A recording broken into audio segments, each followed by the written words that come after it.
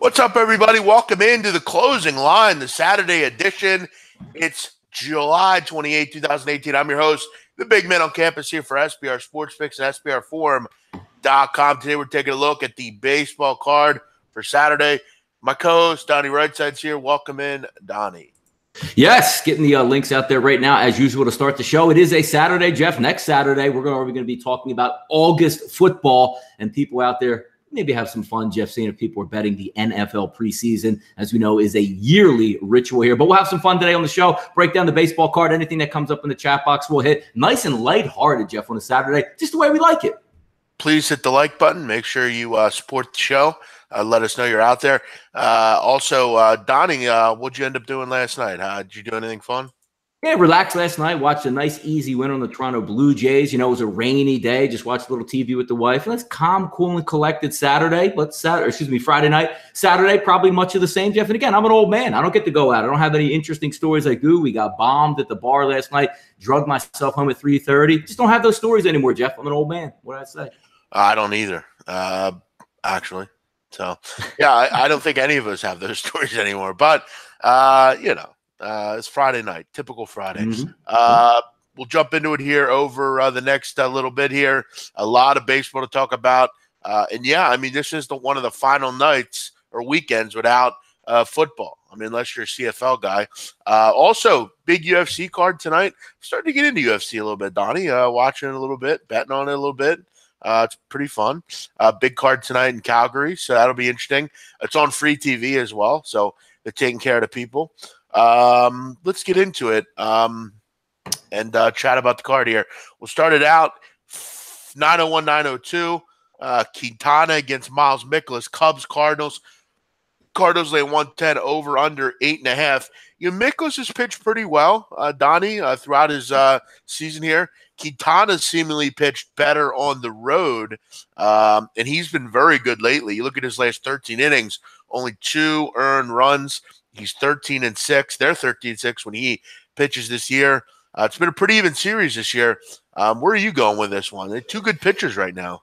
Yeah, last night, we talked about it yesterday, Jeff, on the show, going from the St. Louis Cardinals perspective yesterday. I thought they were in a pretty good spot, decent pitcher on the mound, full go lineup. They ended up winning that game. I'm going to be looking a little bit at the same picture today, Jeff, with the Cubs. Again, as long as Chris Bryant's going to be out of the lineup, that's an all-star player that you don't have to hit. You're going to go on the road in one of your division rival environments. But you're right about something. When you look at Quintana's numbers, Jeff, the ERA is there. But, hey, look, sometimes you got to blend those advanced numbers and take a look, because if we look at his 2.59 ERA over the last 30 days, that's really good in baseball. But then you look at his xFIP numbers, Jeff. I know you're familiar with that, 4.97. Actually 5.26 as his xFIP, taking it to another level. His Sierra number, a 5.42. So, yes, he is pitching well there. But it looks like, Jeff, getting maybe a little bit lucky. I mean, you don't want to say, you know what, I'm going to throw his ERA out the door and just look at advanced numbers. But might be a little bit of that shakiness there in the middle if you're going to take a road team here. Yeah, I mean, Mikolas has pitched real well. When he pitches, they play really well. I hear you. I think Quintana might have – his numbers look kind of good on the surface. When you look into them a little bit, you might get a little bit of a surprise. The difference here could be the bullpen. Cubs do have a much better bullpen than the Cardinals do. It's a tough one, though. This is always a good series. Tough to kind of call. For me, it's a pass. It seems like for Donnie, it's a pass as well. We move it down, 903, 904. Phillies heading on the road to take on the Reds. Reds get the job done last night in the first game of the series. Vinny Velasquez against Matt Harvey, total at 9 here. Phillies laying about 125. Matt Harvey, Donnie's pitched well. He started to pitch well. Lately, though, he's looked like Matt Harvey. I mean, his last outing, 3 2/3, he gives up 8 earned runs, 4 home runs. He got absolutely crushed by the Pittsburgh Pirates. But Pittsburgh Pirates are doing that to a lot of people right now. Before that, though, he had pitched pretty well. Vinny Velasquez, he's been on fire. He's on a 13-inning scoreless streak over his last 2 games. What do you like here? Yeah, you know what, Jeff, and just to get into it now, starting with the, back end, because we're not at the deadline yet, right, Jeff? But most teams are making moves right now. Players are going to be on the move over the next couple of days. That's always something to keep an eye on. But also, how we like to look at like ticket counts, ticket wagers, Jeff, through most of the season, because everybody's usually in play. And maybe you can fade the public in some certain spots. Be careful if you're just chasing lines. Case in point, last night, Jeff, I think Toronto opened up at -150. About 20 minutes before game time, it was down to -110. But really, you have to look at what's actually going on. Case in point today, 903, 904, you just talked about it, the Philadelphia Phillies and the Cincinnati Reds. Now the Phillies are getting an extra bat in their lineup. It is going to be a left-handed bat, which Matt Harvey does struggle with. So now you're looking at maybe 5 to 6 left-handed batters coming in versus Matt Harvey. Also, if you're taking a look at the bullpen for the Cincinnati Reds, Amir Garrett comes in the game. Last night, Jeff, those 5 pitches, tries to get a ground ball out where you have to cover first base and ends up twisting a knee. So that bullpen is a little bit shorter. But getting back to the original point, folks, when you're just looking at sharp and non-sharp angles right now, this is what I like to call week 17 style in the NFL, Jeff. Like sharps out there, everybody's betting this one way, so I'm going to go the other way. Well, there might be a good reason. If 6 or 7 starters are out of the lineup, like in week 17 in the NFL are, I don't care how sharp you are, that's a stupid play. If you're coming into baseball now, like let's take a look at it just a little bit, Jeff. We'll see like the Kansas City Royals selling off maybe their only good baseball player outside of Whit Merrifield at this point. But if you say, the hot line's too high, I'm just going to be sharp and take the Royals. There are moving parts now that go into it where analytics don't actually look at that. The Mets are really good at the road. Now all of a sudden they lost Asdrubal Cabrera out of the lineup, and now they're not so. Forget about how formidable they were. No Cespedes, no Cabrera, and they're still looking to sell at this point. You could be sharp all you want, Jeff, but you're going to be a butter knife if you're betting with bad baseball teams. Vince Velasquez, I agree with you here in this situation, Jeff. He's been really good as of late. The Phillies are playing for something, going to get a boost in the arm with a nice bat in the lineup tonight. Matt Harvey, last game out, did struggle. If I'm betting this way, look, it's 80% of the tickets lining up on the Phillies, Jeff. I still think it's the right move here. Yeah, I agree with you. That's a big-time move for the Phillies. Asdrubal Cabrera, he's a good player. He's one of the better players for the Mets. 58 RBIs he has this year. 18 bombs, 277 average, exactly what they needed. That's a big-time bat there for them. Good move. I like the Phillies here as well. Mets up next. Mets and the Pirates. Pirates obviously playing great baseball right now. DeGrom laying 145 total, 7.5. Williams for the Pirates. Donnie, DeGrom's you look at DeGrom. This guy has a 1.7 ERA. Yeah. And they're 8-12 when he pitches. He has 5 wins in 20 outings. That's amazing. For as good as DeGrom is, and for as bad as the Mets are, what a shame. He just can't get a win when he pitches. It's amazing. You look at his last game, 6 innings, and he gives up 2 runs, and they lose. It's you got to feel bad for Jacob DeGrom. Just never seems to get anything to go his way. Williams, he's been pretty good. He's actually on a little scoreless streak himself, 11 straight innings. It's hard to not take the Pirates here, Donnie. I know DeGrom's great and all, but he just doesn't win starts. Well, here's the common denominator when you look at the New York Mets, Jeff. You're going to want to take DeGrom. It is a decent line out there if you're looking just pitcher-over-pitcher matchup. Williams' last 30-day numbers aren't very good, but his last 2 starts are very good, as you stated. I believe it was, 6 innings, 5 innings in shutout baseball. And that wasn't the Padres in one of those games, Jeff. That was doing it on the road in an American League environment against the Indians. So that shapes up pretty well. And again, you're going against a lineup that shouldn't be able to do too much damage, but I think we can all just break it down on the simplest point, right? If you're going to take the Mets in this game at a decent number with DeGrom at maybe 150, 160 or less, whatever you're looking at, don't you just want to isolate DeGrom versus Williams and say, I'll go at you first 5 innings? Because if the Mets are down 2-1, Jeff, after 5 innings, there's a damn good chance that they ain't winning that ball game anyway as is, because the Mets don't have a bullpen. At least the Pirates have a formidable closer and some decent moving parts there that they can win again. Same as last night, in a close game, they end up winning the game in the bottom of the 9th inning. To me, if you're going to take DeGrom, even though I believe, Jeff, his last 3 starts all went 8 innings, but if he's out of there 6 2/3, 7 innings, 2-1 Mets lead or 2-1 Pirates lead, I just don't have that much faith in it. So if you're going to isolate and just be, it is a square type play. If you're taking the Mets here, you're probably going to look first 5. If you're taking the Pittsburgh Pirates, Jeff, you want a lengthy game that hopefully you can run up that pitch count on DeGrom and get him out in the 7th inning in a close game and try to feast on that bullpen. That's the way I would keep it here. Yeah, the Mets are just dreadful right now. I know they scored some runs last night, but there's not a lot in that lineup. to really write home about. I mean, at least you had Cabrera and you had Cespedes before. I mean, you got nothing there now. I want to take the Pirates here, frankly. I kind of lean that way, just grabbing them here. DeGrom's great and all, but Washington and Miami. Washington's won 3 in a row. They're starting to kind of get it going a little bit. Gio Gonzalez against Trevor Richards. Washington laying 155 total. 8. Gio, Donnie, a guy that I think people have caught up to a little bit. No one really respected him, and for good reason. He's been inconsistent. He looked great at the beginning of the year, but he started to come back to earth a little bit. He's got that ERA touching 5. He's got these inconsistent outings that he's throwing up. His whip has been pretty high. He can't get people out.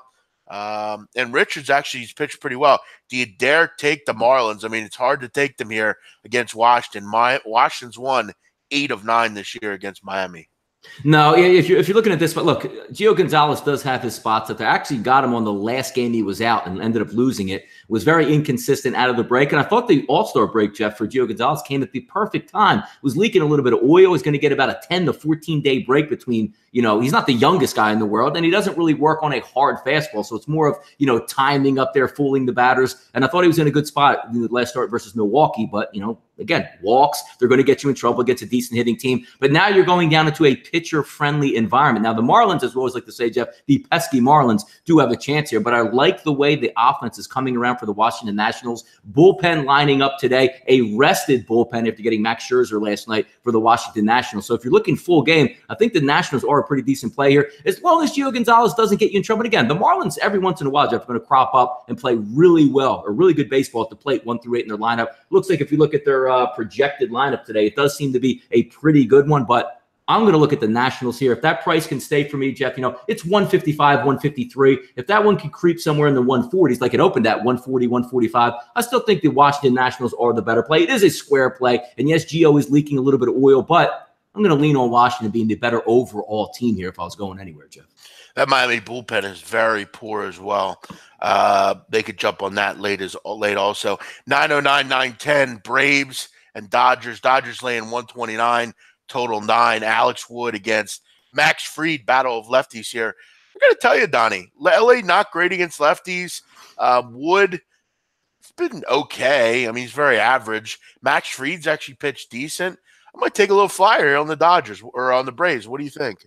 Yeah, you know what's interesting there? If you're taking a look at the Braves in this one, Jeff, I did have Max Fried a couple weeks back when he was really good in St. Louis. And what you like about him, you're right, he's a lefty, but he seems to have a little crafty leftiness to him. That spinning, tumbling curveball as opposed to being a straight power pitcher. I think the one thing that you see me joke about all the time with the Dodgers, Jeff, is if you get a straight line pitcher out there, let's just say a guy has a decent slider but throws primarily fastballs, the Dodgers, a.k.a. team launch angle, will destroy you by the 5th inning. And heaven forbid if you have a bullpen that's not so good and coming into the game, they'll do the same. But I think Max Fried's the type of pitcher, Jeff, that if you are going to give this hellacious lineup a good struggle, it's one of those guys that you haven't seen before, maybe a guy that's going to be throwing off-speed pitches a lot to you. I can see where you're coming with. It's hard to go against the Dodgers. Even last night, Jeff, Kershaw goes out and throws a gem. But who's the key figure in that entire game? A 2-out, 2-run single by the pitcher. So again, last night, it wasn't so much the Dodgers' bats on fire, Jeff. They only basically came up 2 runs themselves outside of Kershaw. So yeah, lively dog at home. Eventually, Atlanta's going to come back and start hitting. And Alex Wood is that guy maybe you get after. If you saw Rich Hill the other night,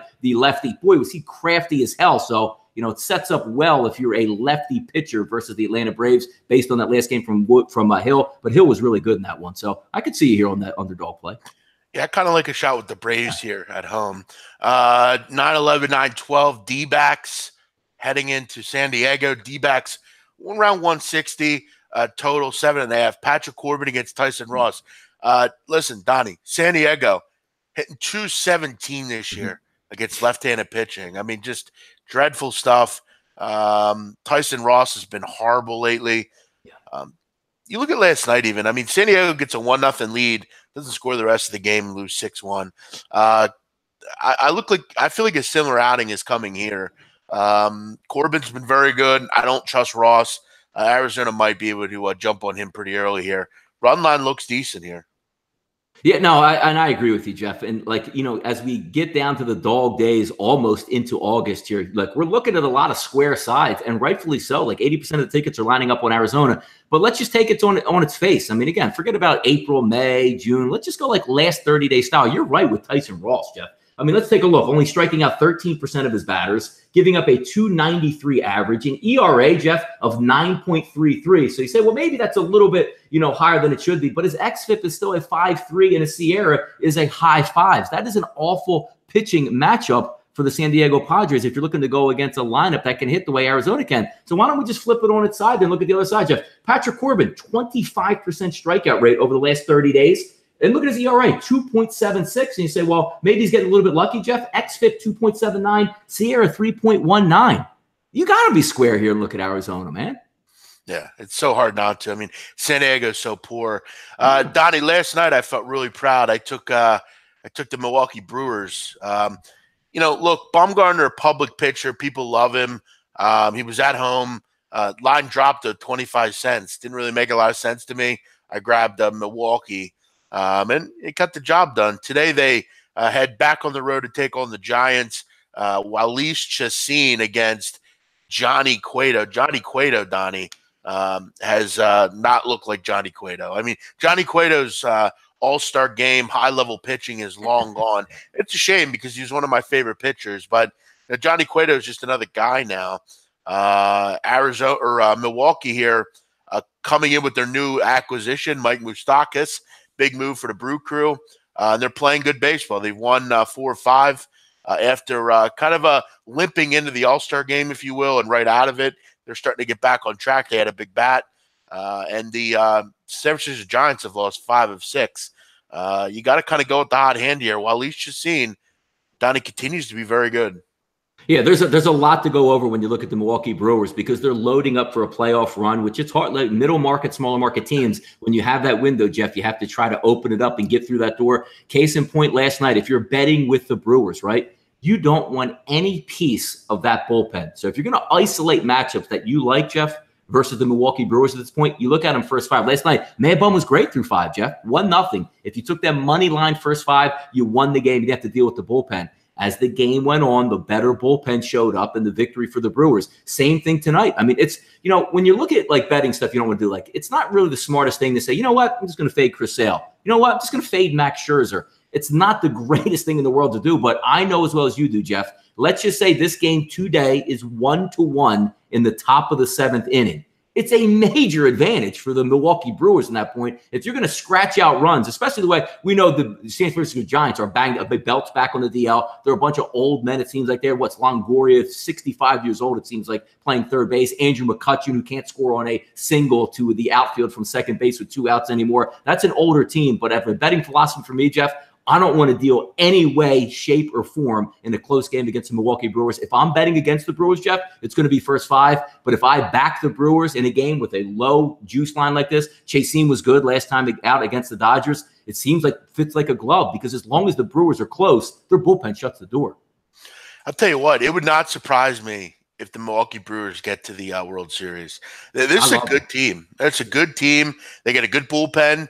Their staff has been pretty solid. They're a good baseball team, man. I mean, they really, really are playing great all year. Let's move on, Donnie, to the next one.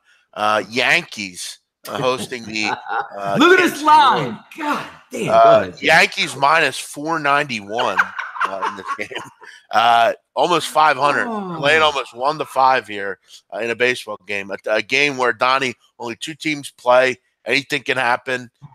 Severine could, God forbid, twist his ankle and go out of this game.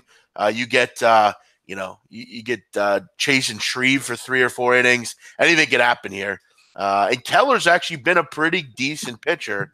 Donnie, Yankees lane 491. I mean, the run line's like 230. But now you look at the Royals. I mean, what on earth do you have in that bullpen? I mean, or in that lineup? And correct me if I'm wrong, Jeff. It is now Severino's that's going to start in the first game, correct? Yes, Louie Severino against Brad Keller. Now, look, when we laugh and joke about this stuff, how about this, Jeff? At Chris right now, if you want to take minus 1.5, it's minus 210 to take I've personally myself, I mean, we see inflated lines all the time. I don't know if I've ever seen a line like this that could possibly, Jeff, close to 475, 480, because there's going to be people, I'm just going to take a flyer on Kansas. And I can't blame you, Jeff. You just say, I'm going to throw $50 on Kansas City and just see what happens out there, because you're right. It's a baseball game. There are professional players out there. But again, the public perception, you lose Moustakas overnight. Now, like, who is actually in this lineup? And you're going against Louie Severino, who has the tendency, Jeff, just to like, who's getting big at bats from Kansas City off of Severino today? I don't see it.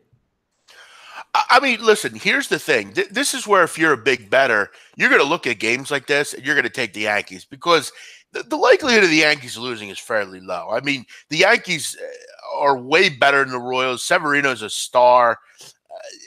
The Royals have nothing in that lineup. I mean, you're going to lay 480, 490 if you're a sharp bettor. That's just what you're going to do. The likelihood of it winning is very high. But yeah, look at the lineup, Jeff. Kansas City, Merrifield leads off. Now we're gonna play the name game. Do you know any of these guys? Rosel Herrera is the DH who has no home runs. Salvador Perez, we know him. Great, he hits 227. Old man Lucas Duda, Jorge Bonifacio, Alex Gordon, who can't get out of his own way after signing a monster contract. Brian Goodwin, Alcides Escobar, and Alberto Mondesi, captioned with a bullpen that can't get anybody out and a questionable younger starter. I mean, Brian Goodman used to play with the Washington Nationals, I believe. Yes. Mondesi related to Raul Mondesi, right?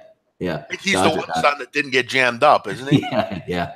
Isn't Mondesi going to jail or something like that? Is like taking bribes and like wrecking the government over there? That's actually a good question. I actually got to look that up. By the way, Donnie, last night I watched the Town. You've seen that movie, right? Oh, I love The Town. Of course. Yeah, it's such a great movie. Like Mr. 6 Inches. Yeah, it's a lot of good quotes in that. Oh. Such a good movie. The best part, Donnie, is the fucking loyalty of. He walks into the guy's house. He goes, "Listen, we got to go do some work. You can't talk about to me after, and we're gonna hurt people." The guy goes, most people will go, "Well, what happened? Tell me more." Now he just goes, "All right, who's driving or whatever? Whose car are we taking?" What a great movie. And that one guy in the movie is such a lame prick, that John Hamm guy. Yeah. That plays the FBI guy. Of course. That guy, yeah. But yeah, as far as in this game, I mean, look, we're not going to give you a pick for this one. Neither of us are betting the Yankees. They'll probably win. 9-17, 9-18. Or Donnie, did you want to give a pick for that game? Sorry. Yeah, I mean, money line. That's probably good. I think it's going to be our closing line, Jeff. Play of the day would be the money line on the New York Yankees. I'm thinking Yankees plus 1.5 here. Nope. Let's go on here. What is that, plus 1,000? My goodness. Cleveland minus 205 at the Tigers. Blaine Hardy against Michael Clevinger. Total at 9. Listen, Donnie, you know where I stand on Cleveland. I'm not laying these prices with Cleveland. I'm not laying run lines with Cleveland. I'm not really doing anything with Cleveland. They have a losing road record. They're only hitting 239 away from home. But here's the problem. If Detroit's not facing a lefty, they're not very good either. Blaine Hardy's been brutal. If Mike Clevinger can give you something here, you have to figure they should win fairly easily. Yep. Jeff, also, I have one quick quote for you, which I think you're going to like as well. They told me Brandon Lee, he was coming down here to roll up on you with a Glock 21. So I came over here and I put him in the fucking ground. It's been 9 years, bro. No, you ain't got to thank me, but you're not walking away. Bro, Jeremy Renner in that movie is terrific. Like he is, you know what, Donnie, that movie reminds me of? It reminds me of your and I's relationship. I'm Renner and you're Affleck. You're like the cool, calm, collected character who doesn't want a lot of violence. Just like, look, let's get in and get out. Get in, get out. I want to live my life. No, motherfucker. You want to take your wife with you, get out of town, escape all the madness. And I'm like, listen, motherfucker, we ain't going nowhere. This motherfucker's going to pay for what he did, and I'm going to shoot him in the fucking head. You know, that's what a really good movie, man. But you know what, Donnie? I always fucking miss half the movie when it's on. It's always on, like, and I catch it like halfway through. It's like, but how good is that scene when they rob the armored car, like in the middle of the city? Oh, it's awesome. Yeah, when they roll up on the cop sees him and the cops look right at him, and he's just like cops like this. and the guy looks at him. He's like, "What are we gonna do?" And Renner just stands up and just starts spraying them with the machine gun. Yeah, it is a really, really classic movie. Always on it's one of those movies where it's on. You got to at least watch it because it doesn't go more than 10 minutes without action in it anyway. How about the part also when they're getting goes to that bridge and they get out of the car and they look over and they see the cop. They didn't notice the cop. That's what I was talking about. Yeah, the cop's sitting in the car seat. He's like, look, if you move, we're icing you right now. And he's just like, yeah, let's see, guys. Yeah, I'm just gonna look away. Smart. Jeff, that's a business move right there. Yeah. That's a good business move. That'll live with you forever that you just looked away. But what are you gonna do? They got machine guns. They're gonna blow your ass up. Yeah.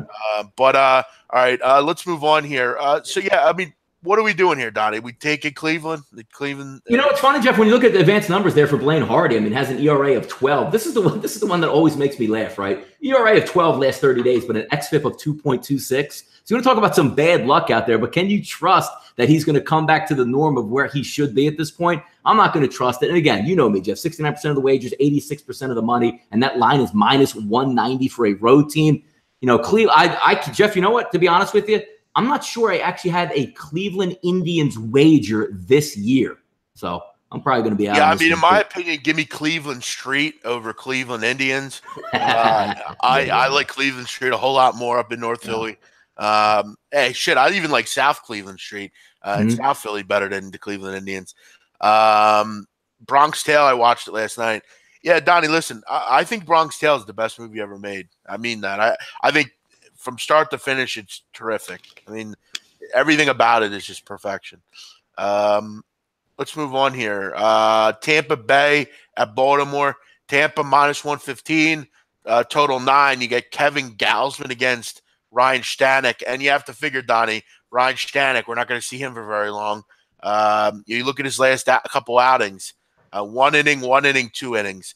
It's back to this bullpen crap for Tampa Bay that you just figure won't work. Gausman's been horrible.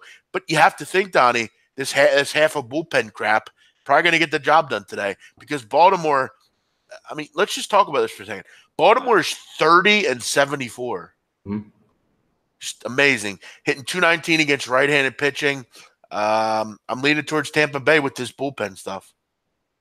No, I mean, it get tuned up last night, but when you're looking at it, I always tell you, Jeff, when you're taking a look at the Tampa Bay Rays, they're already going to be deficient at hitting as is. I need Ramos and CJ Cron in the lineup, and sometimes, Jeff, they're both out of the lineup, and you look at the Malik Smiths, the Michael Perez's, the Adeiny Echeverias, the Joey Wendells, Jai Man Choi now steps into the 5 spot. It's a rough lineup, especially when you're on the road. I like to, when you take Tampa Bay at home, it's that quirky environment. There's 300 people in the crowd. The ball gets lost up in the rafters, and nobody can say anything. And Tampa Bay usually does pretty well in that spot. But getting out of that, Jeff, on the road, what do you expect of him? I know Gausman's not a great pitcher, and Stanek's going to come in for like 30 pitches and then hand it over to the bullpen. It's not an unbelievable bullpen or a long man that's going to be behind him trying to, not Chris Sale coming in after Stanek to start this ball game. I just can't trust Tampa Bay, Jeff, without those bats in the lineup. And look, I know one's already on the DL. We'll see if Cron even shows up in the lineup today. So that's one of those that I watch. If either one of those in the lineup, I might decide on it. But I just can't see a Tampa Bay explosion on offense, which always makes it hard for me. Agreed. I got one leg left in a 14 parlay for 600. Need a solid pick. Cash out. Throw in the Yankees. They're not now, wait, if you throw it, you have to, the question though, Jeff, if you throw, let's just say the parlay, I know this is a $25 parlay to win $100 on a 14 parlay. I know it's not the odds and what he's betting there, but if you add the Yankees, you probably still only win $100 if it wins. True. Where's the value? Yeah. Yeah, good point. You got to lay 450 to win 100. It's like, oh. Yeah. All right. I don't have any CFL talk. Donnie, you have any CFL talk? No, with Jeff and as I like to say about the CFL and the UFC, Jeff, we're going to leave that to the experts. The CFL is trash, dude. I hate that league. It's just dude, every game's like 44-17. Like I watch it for like a week. I'm like, this sucks. But yeah, we leave that to the experts. There are some experts out there on those two sports, so keep that in mind. Yeah, good point. Minnesota at Boston. Boston 202, total 9.5. Odorizzi against Rick Porcello. Donnie, Rick Porcello is the one guy in that rotation I'm not running to the window to bet on. I don't want to lay 202 with him. Mookie Betts, though, what a season he's had. Another home run last night. This time it was a walk-off. Yeah. They even got to what Devers hit it like a one to tie at the inning before. And then they went, you talk about a massive line that had a lot of parlays probably tied in. You got lucky if you had Boston last night, man. Whoa. I'll tell you what, I'm kind of leaning Minnesota here. I mean, Odorizzi's not great. I mean, he's average, but I don't trust Porcello. I just don't. Something tells me the Twins get a sneaky win here. Over the last 30 days, I mean, you can argue that Jake Odorizzi has been a better pitcher than Porcello also. 22% strikeout rate for Rick Porcello. But look at this, Jeff, an average of 3.26, a whip of 1.76, ERA of 5.57. Take a look at Odorizzi. How about Jake Odorizzi, right? Tampa Bay days, sort of wallowing around now. His last 30 days, Jeff, which usually encompasses, 3, 4, maybe even 5 starts, almost a 30% strikeout ratio, which I love to look at, because if you're not effectively moving runners on with productive outs, you're not going to score very many as well. 2.14 average, you have 2.63 ERA and a 3.76 xFIP. You would think he'd keep him in the game here. Yeah, I mean, listen, I think he can.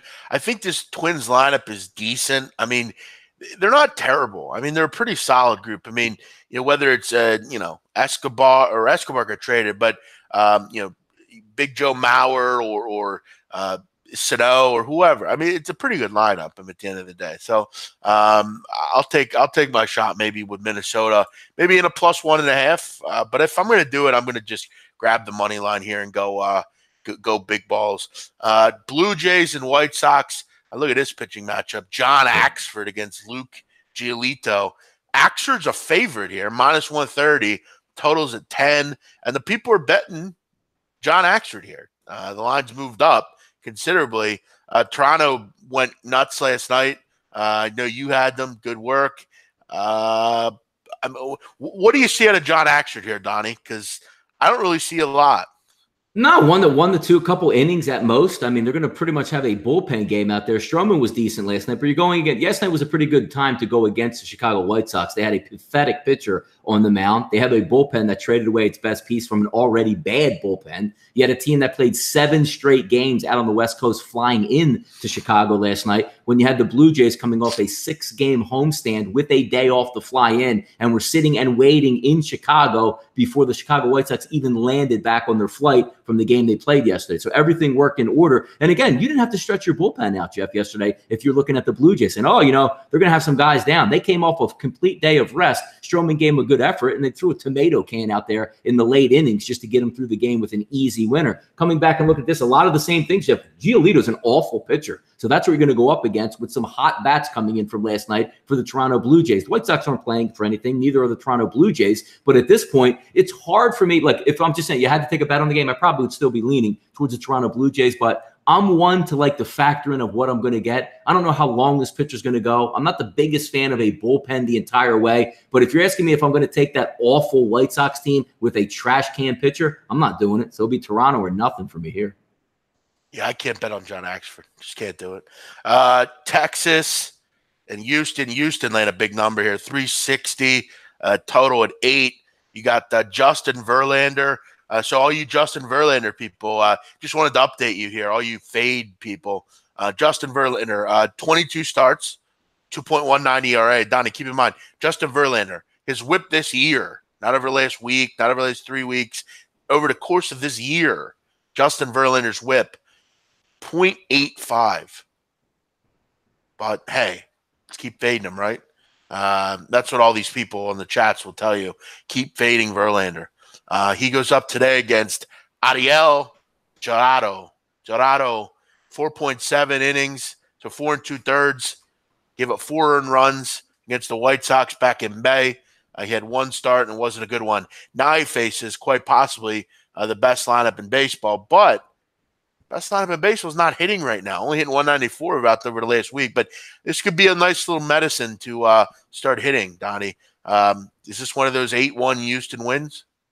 Yeah, like I know, Jeff, like you gave season-long statistics, right? I don't really like to take that much look at season-long, but let's just play the 30-day game, Jeff. Five starts a good amount, right? Would you agree, Jeff? In the last 30 days, getting 5 starts in, you could probably get a good read on a pitcher. Yeah. Here's Justin Verlander. I'm not sure I've seen this before, okay? 5 starts, most in the American League, 39.5% strikeout rate.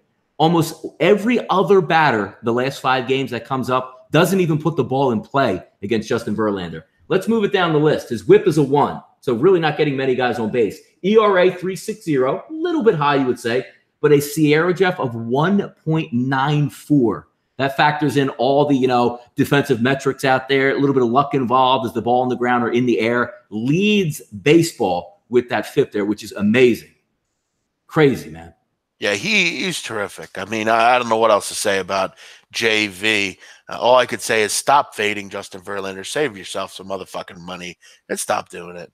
So, yeah, I mean, I think, Houston should be able to get the job. They've struggled a little bit over the years against Texas, but this looks like a bad spot for this young kid here.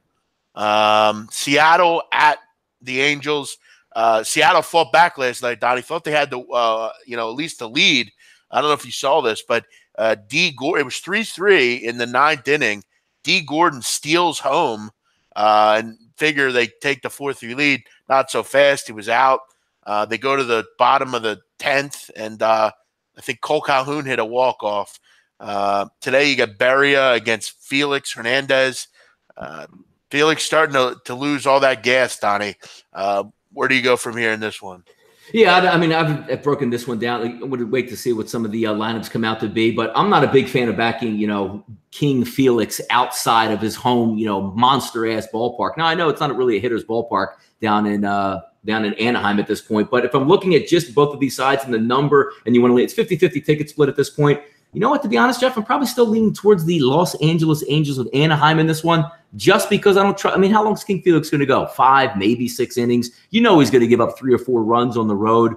So I'll lean towards the home team, even though I'm not a big fan of Berea. Probably won't be on this game, but just giving an opinion on this, I'm always in King Felix's back pocket at this point, especially on the road.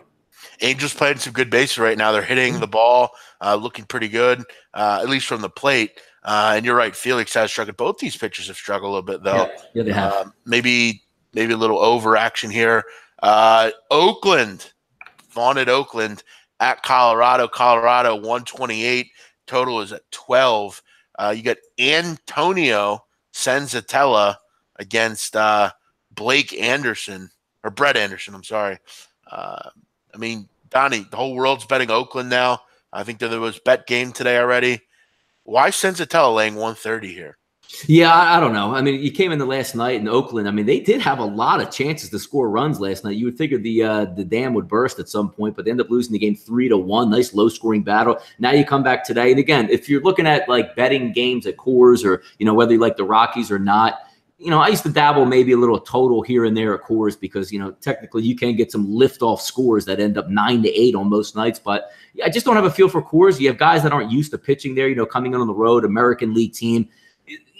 I don't know. I don't know why he's favored at this point, but if you're to me, which is why I'm struggling to get words out for Coors, that's how I cap the games. Like, where do you start? Where do you finish? It just seems like if you win at Coors, it's pretty much luck at this point. Yeah, I mean, you've always kind of said that, Donnie. That's always kind of been the knock there. I think it's hard. Yeah. I still don't believe in Oakland, but I guess that's just me.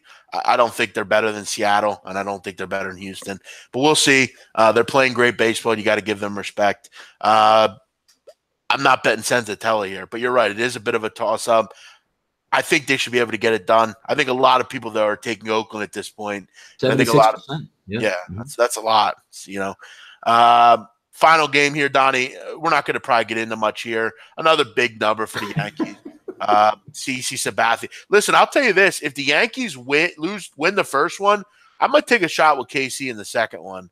Sabathia, generally you don't win 2 games, but the Yankees could very well sweep this doubleheader. I'm not going to talk about this game. I have no idea what happened in the first game. No, and again, you're talking like Jeff CC's laying, over 3-1, minus 340, which is funny because you look at them like, that's not really high. Why is it not really high? Because damn near the first game they're laying minus 500. So it's kind of an odd dichotomy to take a look at. But yeah, it would be, I don't know. If somebody just handed you $340 and you want to put it on Kansas City or the Yankees, I'll probably put it on the Yankees, the 340, just to win the 100 back, just because I don't trust anything out of Kansas City. But you're right, Jeff. Look, regardless of who you go up against or what you do, it's really hard to rip off both games of a doubleheader. Yeah, no, it generally is. As far as me, though, I'm probably looking at I don't know. I definitely kind of like Milwaukee a little bit today. I like Arizona on the run line. There's some spots here, Donnie. Anything you're rolling with, trying to maybe look more into?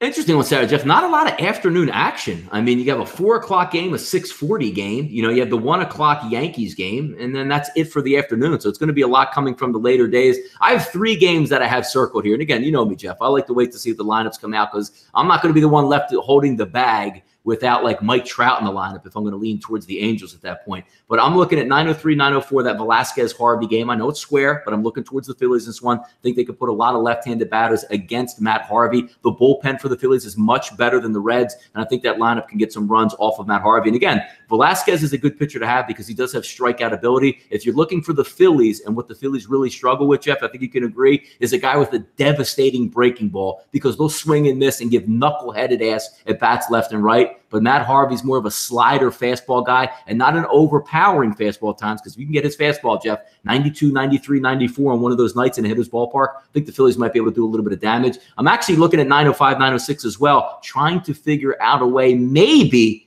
to take the New York Mets and DeGrom maybe in that first 5 innings, but we'll see what that lineup and the lineup's kind of, because if Marte's back in the lineup for Pittsburgh, that does change things a little bit, get one of those good bats. The other one I'm looking at, Jeff, and we talked about it earlier, 9:13, 9:14, late night game tonight, Chaseen versus Cueto. It's a low number. Most people betting it. Look, 55% are betting San Francisco. Chaseen has been a decent pitcher. As long as he keeps them in the game against that pop gun offense of the San Francisco Giants, I'm going to lean towards that nasty bullpen. And again, maybe Moustakas doesn't play today, Jeff, but who's a pretty good bat to have off the bench if it's a 1-1 game in the 8th inning? Bring in Mike Moustakas against maybe a left-handed or right-handed pitcher, whatever he matches up against. That's a key ingredient. They hit. They're going to hit Milwaukee, and they're going to pitch in the bullpen. Those 3 games I have my eye on. Haven't made a choice on which way I'm going to go to see some lineups, but that's where I'm looking, Jeff. Very good. I'm going to take a look quickly, Donnie. We got a couple minutes here. I'm going to take a look at Mikey Garcia against Robert Easter tonight. Pretty good fight late night in boxing. Looks like the light welterweight title here. Listen, Mikey Garcia is a top 5 fighter in the world. This guy is ridiculously good. He's 38-0. Listen, Robert Easter's a good fighter. Undefeated. Both these guys undefeated. But here's the problem that I have with Robert Easter. He's a bigger guy. He's obviously got the advantage here as far as height and reach concern. But you look at his last fight against Javier Fortuna.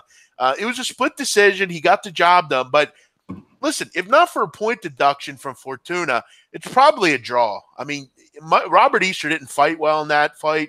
And he was exploited by a smaller, tougher fighter. Here's the problem with Mikey Garcia. Mikey Garcia is a smaller, more compact, tougher fighter. And he's got way better technical skills than Javier Fortuna does. It's just hard to think that Robert Easter has any chance in this fight. He's a nice young fighter, but Mikey Garcia is just on another level. The problem is you're going to say, well, I'm not laying 1-14 to bet on Mikey Garcia.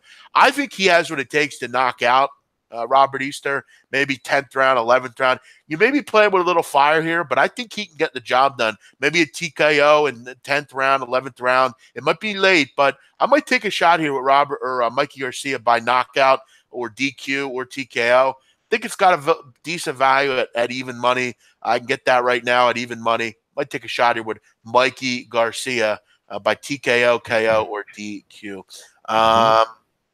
Donnie, anything from you? Other than there's just a little bit of like some betting perspective here on what you're looking at baseball. And again, we're coming right up against the deadline. So if you're out there, Jeff, and I know we play, you can actually pick action on pitchers, no action on pitchers, or if a pitcher is out, you can still sort of hook that in there. Be careful because a lot of these starters that are coming up with some of these B-level teams, I like to say, the underlings, the bottom 20 that are sellers. You might be able to lose that pitcher right out of lineup. And also, similar stuff like, let's say Moustakas gets traded in the middle of the night. That doesn't matter. But guys like Eduardo Escobar, Asdrubal Cabrera, Jeff, they're getting traded like an hour before game time. And also, keep in mind, the great thing about Twitter, Jeff, is there's a lot of beat writers out there that throw stuff around. Like, let's just say the Yankees are in on these 3 relievers. I'm just using this as a hypothetical from the Chicago White Sox. Now, if you use that to your advantage, what does that mean, Jeff? You know what the Chicago White Sox are doing? We stink. Tell the manager, hey, look, don't pitch any of these 3 guys in the bullpen today. You see what I mean on that? Like, you can get an added advantage if somebody's eyeing somebody up, or a bad baseball team that's looking to make a move. They're not going to use their closer in a game where if he separates, or hurts his labrum, you can't trade him. They're going to sit those guys down and just throw some tomato can guy that should never be in the game because they're looking to make a move. Be careful, because I know after the 31st, you still have the waiver trade deadline that you can push somebody through, make a deal. But these last couple days are insane because the teams that are looking to blow it up are going to sit players that they want to move for fear of injury. Just keep that in mind when you're betting some of these trash teams today. Good advice as always. One other thing, Donnie, MLS tonight, pretty big card, lot going on. Atlanta United, I mean, they're plus money tonight against the Impact. Impact, though, very good at home. So we'll see. Can Atlanta go on? They're the best team in the MLS. Should be a lot of goals between Toronto and Chicago. Neither of these teams can keep goals out. DC United is a big favorite today, and I don't really understand why. I don't think Wayne Rooney makes them a team that should be laying 170 in a game. You can get +1 with the Rapids at a pretty good price. Might take a shot there. I think that's a draw. FC Dallas is the best team in the West, and they're +280 against Sporting Kansas City. That could tell you a little bit. FC Dallas, good. Can they score enough goals, though? Kansas City, a pretty good team. Whitecaps United, Minnesota United, should see a lot of goals there. Vancouver just cannot keep goals out either.